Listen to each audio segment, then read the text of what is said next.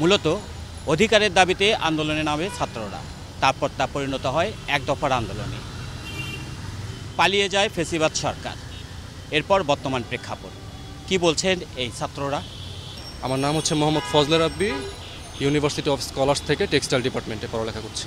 কয়েকটা স্কুল আছে আমাদের এলাকায়, বর্ণমালা স্কুল আছে, একে স্কুল আছে, দেন আরেকটি স্কুল আছে উদয়ন স্কুল। দেখলো যে স্টুডেন্টরা যে উদয়ন স্কুল থেকে গুলি ছোড়া হচ্ছিল, তখন সবাই গেল।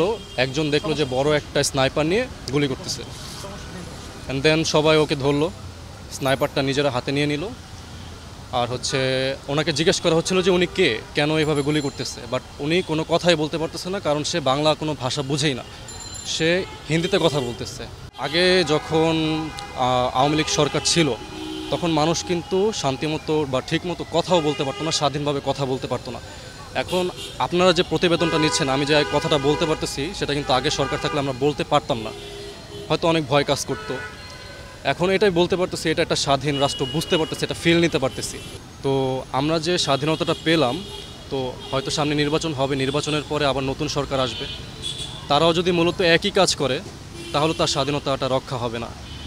সেক্ষেত্রে তাদেরও ভালো করে কাজ করা উচিত, স্বাধীনতা যাতে ঠিক থাকে সেরকমভাবে চলা উচিত, যাতে আমরা সবাই প্রাণ খুলে কথা বলতে পারি, তাদের সমালোচনা করতে পারি। কারণ গণতন্ত্র একটা দেশে সমালোচনাই হচ্ছে মূল।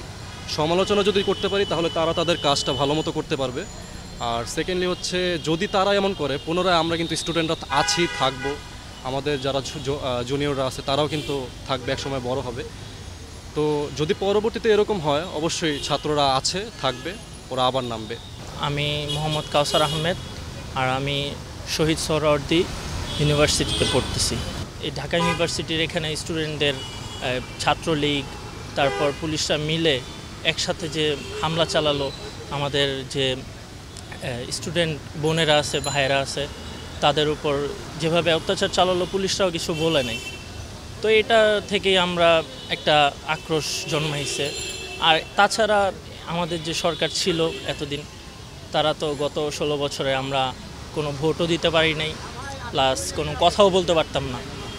কোনো কথা বলতে গেলেও কয়েকবার ভাবতে হতো যে পুলিশ উঠায় নিয়ে যাবে, না হলে ছাত্রলীগের হামলা। তো 16ই জুলাই যখন এরকম হামলা করলো স্টুডেন্টদের উপর, পুলিশও কিছু বলল না। প্লাস তারপর আমাদের যখন সবাই, তখন থেকেই তো 16 জুলাই থেকেই কিন্তু স্টুডেন্টরা আরও নামছে, মানে রাত্রে হলো। তারপর প্রধানমন্ত্রী আমাদের একটা বক্তব্য দিল যে সবাই রাজাকারের বাচ্চা, এরকম বলল, যার কারণে সবাই রাত্রেই আন্দোলনে নেমে গেছে। পরে আমাদের এলাকায়ও আপনার যখন স্টুডেন্টরা আন্দোলনে নামছে, তাদেরকে অতর্কিতভাবে মানে হামলা করা হয়েছে। পুলিশও হামলা করছে, প্লাস ছাত্রলীগও তাদের সাথেই ছিল, কিন্তু তারা পুলিশ কিছু বলে নাই। ছাত্রলীগ ডাইরেক্ট গুলি করা শুরু করছে, তারা দেখছে, পুলিশ দেখছে, কিছু বলে নাই। তো তখনই আমরা আমাদের নিজে থেকে, আমার ফ্রেন্ডরা, আমরা আমাদের এলাকা থেকেই আন্দোলন শুরু করি আর কি। আমরা তো শান্তিপূর্ণভাবে এক জায়গায় স্লোগান দিচ্ছিলাম, সামনে আগাচ্ছিলাম, কিন্তু ওনারা ওনাদের সামনেও যাওয়া হয়নি, দূর থেকেই ওনারা বুলেট ছুটছে, টিয়ার শেল মারছে, যেভাবে পারতেছে।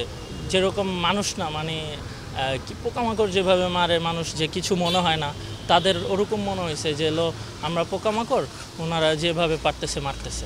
ওইখানে একটা দুনিয়া ইউনিভার্সিটি আছে, তো ওইটার ছাদেও ছিল পুলিশ। আবার কয়েকটা বড় যে উঁচু বিল্ডিংগুলো ছিল, ওইটার ছাদে থেকেও পুলিশরা গুলি করতেছিল। অনেকে বলতেছিল যে ওটা পুলিশ বাদেও বাহিরেরও হাত আছে। তো ওইখান থেকে গুলি যে মারতেছিল, দেখা যাচ্ছিল না যে কোথা থেকে মারতেছে, কিন্তু বোঝা যাচ্ছিল যে উপর থেকে মারতেছে।